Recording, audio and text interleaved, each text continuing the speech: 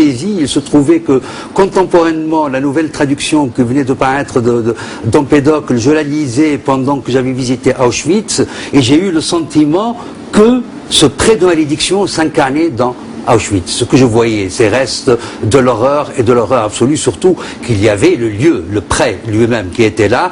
Et par la suite, je me suis dit, mais finalement, ce mal qui corrompt l'humain, dont parle ce grec si ancien qui a 2500 années d'âge, continue d'être de nous appartenir, et les entités finalement circulent et le visitent. C'est-à-dire cette idée hegelienne que l'esprit circule entre les nations et les langues, et le mal aussi circule entre les nations et les langues.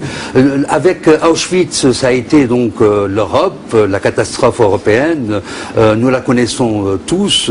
D'ailleurs, c'est un traumatisme tel qu'une bonne Europe est en train de naître à partir de ce traumatisme, parce qu'il y a eu un travail extraordinaire pour expulser de soi Auschwitz en Europe. Et ça, c'est immensément précieux. Si l'islam peut être en Europe, une des raisons de cette présence possible de l'islam en Europe, c'est qu'il est post-Auschwitz. Ça me paraît très très important de le rappeler. Et malheureusement, ce prêt de la malédiction, j'ai comme le sentiment que des agents venant de l'islam y habitent en ce moment.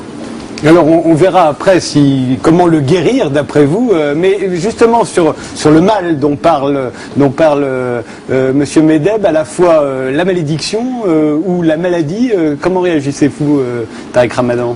Non, j'ai un problème avec ce discours pour plusieurs raisons. Il y a des problèmes évidents aujourd'hui dans le monde musulman par rapport aux références religieuses elles-mêmes. Et donc le problème que j'ai, d'ailleurs c'était le problème à la lecture de votre ouvrage, c'est la confusion des gens. On ne sait plus très bien de quoi on parle. Est-ce qu'on parle du politique? Est-ce qu'on parle strictement du religieux? Est-ce qu'on parle de l'islamisme? Ou est-ce qu'on parle de l'islam? Parce que dans le livre précédent c'était l'islamisme, la maladie. Mais maintenant il se trouve que la malédiction semble être à l'intérieur de l'islam. Enfin un discours aujourd'hui qui est quand même qui tombe bien dans les oreilles d'un Occident qui dit bon ben on va attendre quand même que les musulmans ils se réveillent et puis qu'ils se réveillent à cette modernité qui est la nôtre. Et je pense que le monde de l'islam est un monde complexe. Et c'est un monde complexe et le début du respect pour ce monde, c'est de reconnaître sa complexité, de serrer les problèmes et non pas d'y aller comme ceci, je veux dire comme un médecin qui aimerait guérir le mal et qui se tromperait en prenant le cœur pour le cerveau et puis qui peut-être n'a pas forcément les outils du médecin pour cela, parce qu'il y a des outils pour cela. Et donc moi ce que j'aimerais c'est plus d'humilité dans le type de rapport même que vous avez avec l'univers de l'islam, parce que je trouve que la façon même dans votre livre dont vous parlez des croyants qui vont le vendredi à la mosquée, vous avez un regard extrêmement condescendant. Comment est-ce qu'on peut croire en ces bêtises en fait? C'est pas comme ça qu'on guérit les gens. C'est pas d'abord le début du médecin, c'est de respecter son malade. Et donc s'il y a maladie de la nature dont vous la décrivez. Donc ici ce que j'aimerais dire c'est qu'il faut serrer les problèmes. Des problèmes par rapport au texte, des problèmes par rapport à la lecture des textes, par rapport à l'historicité, par rapport à la compréhension de ce que dit la foi et de ce que peut permettre la rationalité pour relever les défis de l'époque contemporaine. C'est une chose. Et puis il y a l'islamisme. L'islamisme, ce n'est pas l'islam tel qu'il est dit, mais en plus, l'islamisme n'est pas un univers monolithique. On ne peut pas d'un trait de plume mettre Al-Qaïda et puis Erdogan de Turquie dans la même... C'est pas la même chose. Il faut circonstancier, il faut nuancer le propos. Ce qu'on ne trouve pas l'islamisme, ce serait un univers monolithique qui serait finalement le mal, la malédiction et la maladie.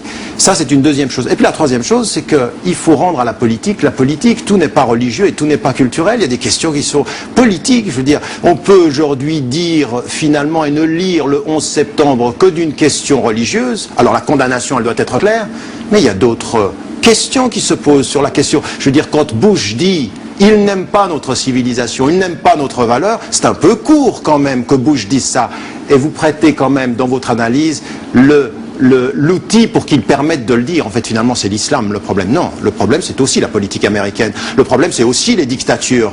C'est aussi les dictatures. Vous ne dites rien des dictatures. Vous parlez de la Tunisie en regrettant en Tunisie qu'il y ait des gens qui se soient élevés. Vous avez raison sur cette question-là, qui se soient élevés contre un prix qui est donné à un Tunisien juif. Vous avez raison, mais vous ne dites rien de cet univers pratiquement d'une nation carcérale, d'un homme qui est élu à 97% et pour lequel vous faites silence. Eh bien, on ne peut pas faire silence. C'est aussi une partie du problème, c'est aussi un problème du mal, c'est aussi un problème de la malédiction qui touche le monde arabe. C'est pas simplement religieux, ici c'est politique.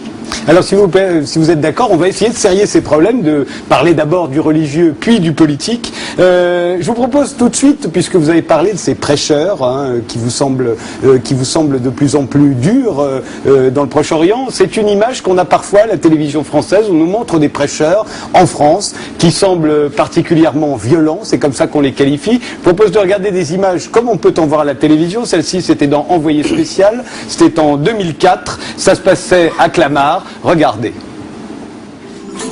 Imam Salem, c'est exactement turbané. Il est d'origine tunisienne. Il tient parfois des discours sans ambiguïté. Mouloud va filmer l'un de ses prêches en caméra cachée.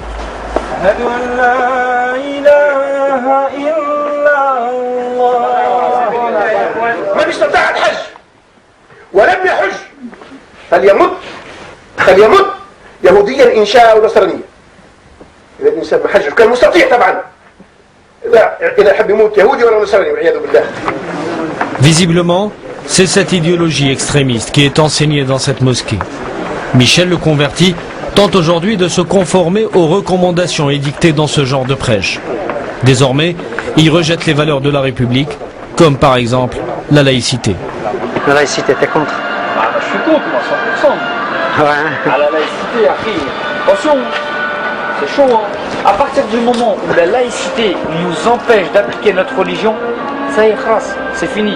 On n'a pas à accepter la laïcité. Parce que regarde, ils vont dire oui. Mais d'aucuns disent que, la plupart disent que la laïcité est la véritable protection d'une religion, que ce soit du christianisme ou de l'islam. Le seul protecteur, c'est Allah. On n'a pas besoin d'une autre religion pour nous protéger. Tu vois, l'islam, elle se protège toute seule. On n'a pas besoin d'autres protections. Comme la démocratie, les Français. La démocratie, c'est une religion. Alors, ces images avaient